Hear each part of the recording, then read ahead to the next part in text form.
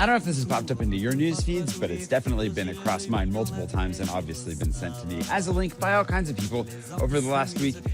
They made an announcement that they're introducing a law to strip Americans of their dual citizenship, which, if you've been following me for a while, you won't be surprised to find stresses me out like crazy as a concept, just because I've worked so hard to become a French citizen and have dual citizenship.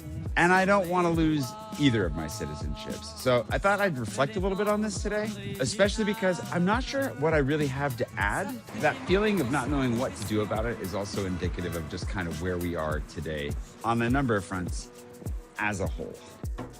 My channel is generally a place that I want you to be able to come to for some joy. As I jump back into daily vlogging here, one of the goals that I set, this chair is a little low, but one of the goals that I set was that I wanted to make sure that every video that I made left those who came and chose to watch it with a sense of joy. And I want to stick by that through this next season as much as possible, especially because it's one of those times in history in general that everything just seems to be crap. Everything seems to be getting worse. And I think it's important to acknowledge that to some degree and to find a way to acknowledge that. I could talk endlessly about all the things that bother me, that weigh on me, that stress me out, that bring me down. But that's not what I'm here to do. That's not what I'm here to share. And I generally think you can get enough of that everywhere else you go. This ideally is supposed to be the record of my life. Despite the people that get very angry at me when I talk about myself and don't just show them, I guess, croissants floating down the Seine in front of the Eiffel Tower. I don't know what some people are here for, to be honest, sometimes. And despite the fact that my life is affected directly by all these larger issues and so forth, that's just not what